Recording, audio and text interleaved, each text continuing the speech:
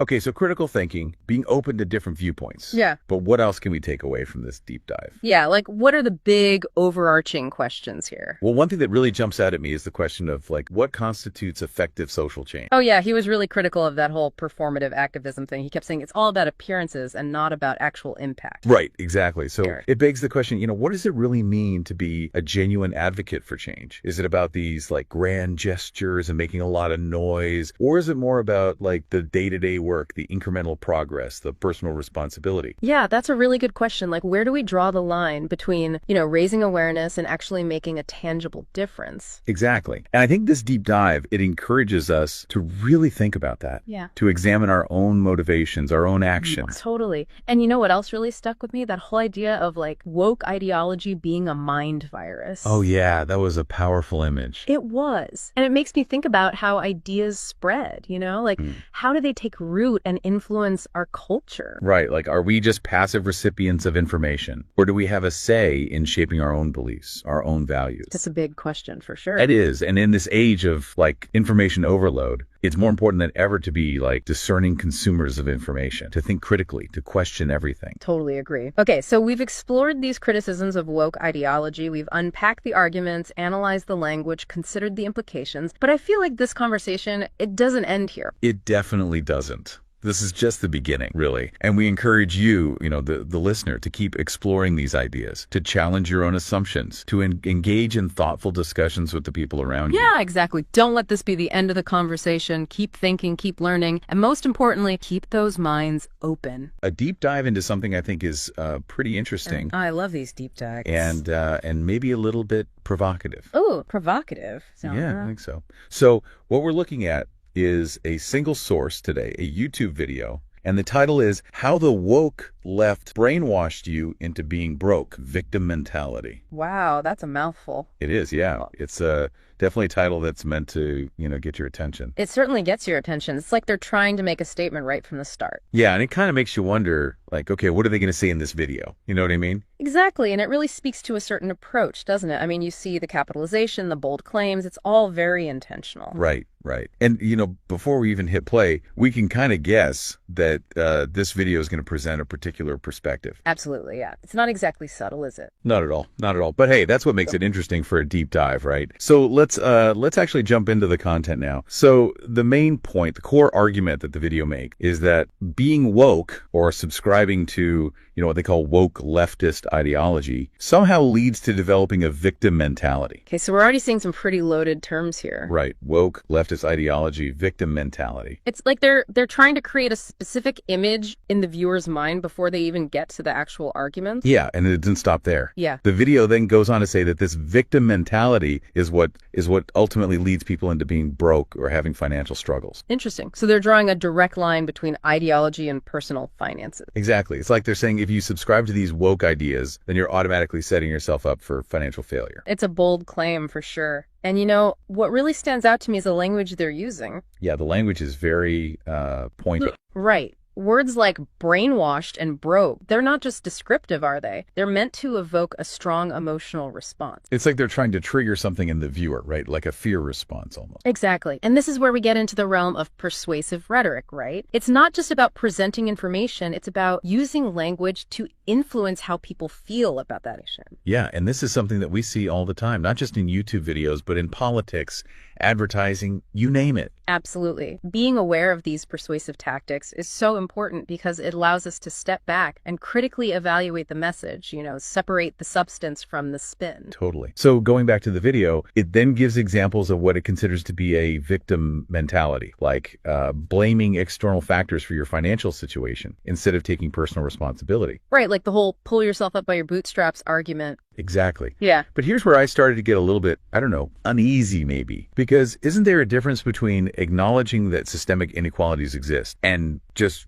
refusing to take any personal responsibility? That's a huge distinction, and I think that's where the video's argument starts to get a little bit slippery. Yeah. It's presenting this very black and white picture, like you're either woke and doomed to be broke, or you reject that ideology and you're guaranteed financial success. Yeah, it's oversimplifying things quite a bit. Right, because in reality, it's much more complex than that. I mean, systemic factors absolutely do impact people's opportunities and their financial outcomes, but recognizing that doesn't automatically mean that you're adopting a victim mentality and just giving up. Right, and the video doesn't really address the nuances of that, does it? It's just sort of like, if you see these inequalities, you're a victim, and if you're a victim, you're going to be broke. It's like they're equating awareness of these issues with some kind of personal weakness, which is a pretty dangerous oversimplification. And it's interesting, you know, we talk about this all the time, but the fact that this is on YouTube adds another layer to this whole thing. Yeah, how so? Well, think about how YouTube works. Their algorithm, it often creates these echo chambers where you mostly see content that aligns with your existing beliefs. Right. So someone who's already inclined to agree with this video's message, they're more likely to stumble across it. And then because of the way the algorithm works, they're just going to keep seeing similar content. And that makes it even harder to break out of that echo chamber and get exposed to alternative perspectives. Exactly. It's like being in a bubble where everyone's agreeing with each other and you never really have to confront opposing viewpoints. And that can be really dangerous, right? Because it leads to this kind of intellectual isolation where you're not really challenging your own beliefs or considering other possibilities. And that brings us back to the importance of being critical consumers of information, right? It's not enough to just passively absorb what we see online. We have to actively seek out different perspectives, different sources of information, and really engage with those ideas, even if they make us uncomfortable. Yeah, because the goal isn't to just confirm what we already believe, right? It's to broaden our understanding of the world and to be able to form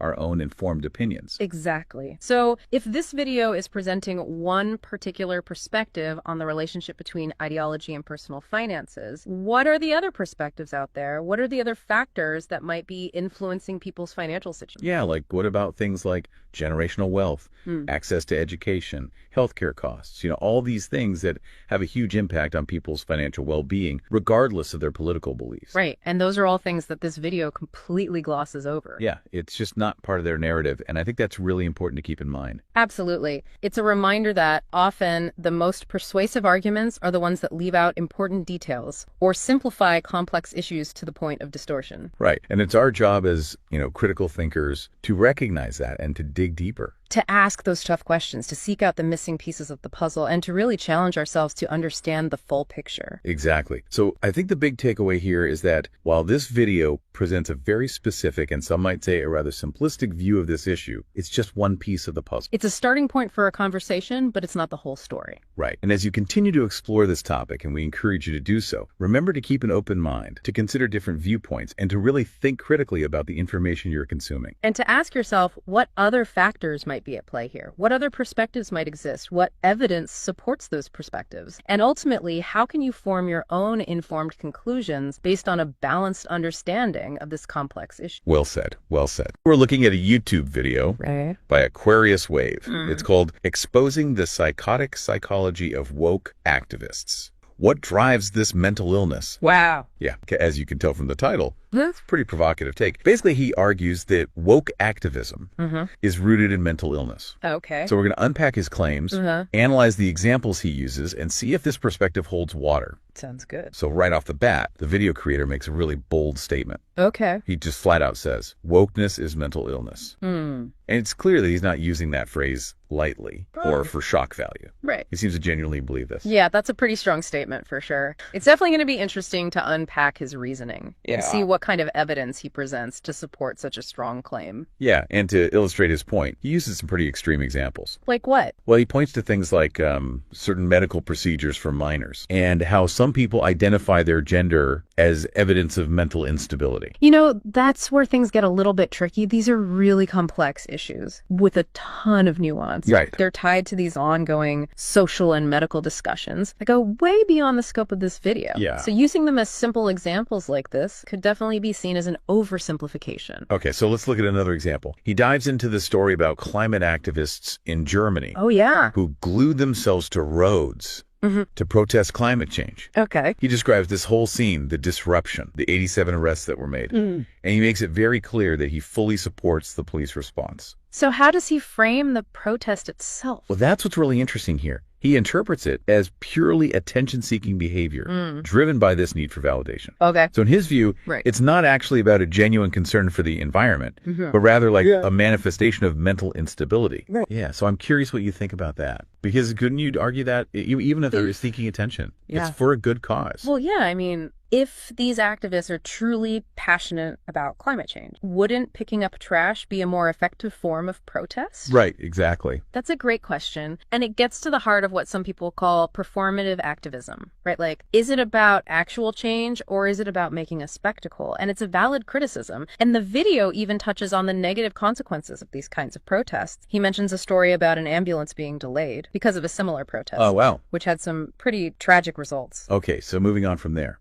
He connects woke ideology to a desire for power. Okay. He compares it to Marxism and its goal of abolishing hierarchy. Interesting. He even uses the term woke Marxists, which is, Yeah, that's certainly a choice. yeah. But before we get too deep into the comparison with Marxism, I think it's important to understand that hierarchies and power dynamics are present in every society. Different ideologies just approach them in different ways. So to really grasp his argument, I think you have to kind of see how he views these concepts. He uses a really interesting example to illustrate this. What's that? He says that even in a regular conversation, there's a hierarchy, like who has more information Yeah. or who speaks more. Okay, I see what he's getting at. And this is actually a perfect example of how hierarchies aren't inherently negative. They can be totally neutral, just a natural part of how things work. But the video creator sees all hierarchies as bad. And that's like a core part of his argument. Yeah, he then claims that this so-called woke agenda seeks power through manipulation. Manipulation of. He talks about playing the victim, demanding sympathy, and using guilt to control others. So this brings us to the psychology of victimhood, which is really fascinating and complex. I mean, we all know genuine suffering exists,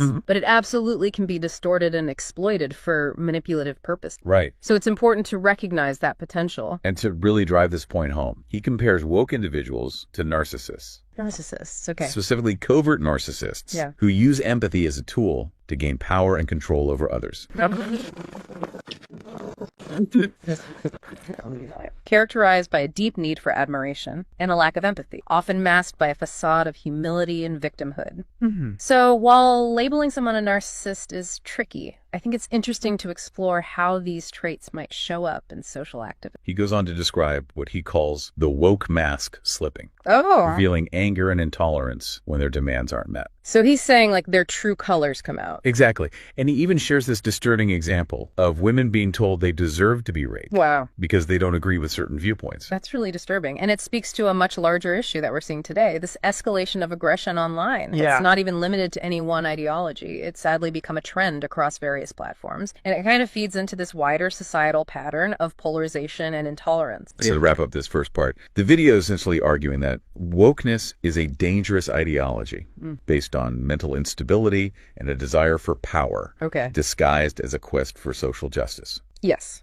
That's the core argument for sure. But is it really as simple as that? We're going to dig deeper into this Okay. and explore different perspectives in the next part of our deep dive. Welcome back, everybody. So we're continuing to unpack this video by Aquarius Wave, which labels wokeness as a form of mental illness. Right. And one of the most striking points he makes is this connection between woke ideology and this deep-seated need for validation, even attention. He seems to think it's all about seeking external approval. Right. And this ties into his broader argument that woke activists aren't actually motivated by genuine concern for the issues they champion. Okay. He believes they're driven by a desire to feel important or validated, Yeah. even if it means getting negative attention. Yeah, and to illustrate this point, he keeps coming back to the climate activists who glued themselves to those roads in Germany. Yeah. He just can't seem to wrap his head around why they would choose that form of protest. He sees their actions as like a cry for attention, a way to make themselves feel significant, even if it means disrupting the lives of others.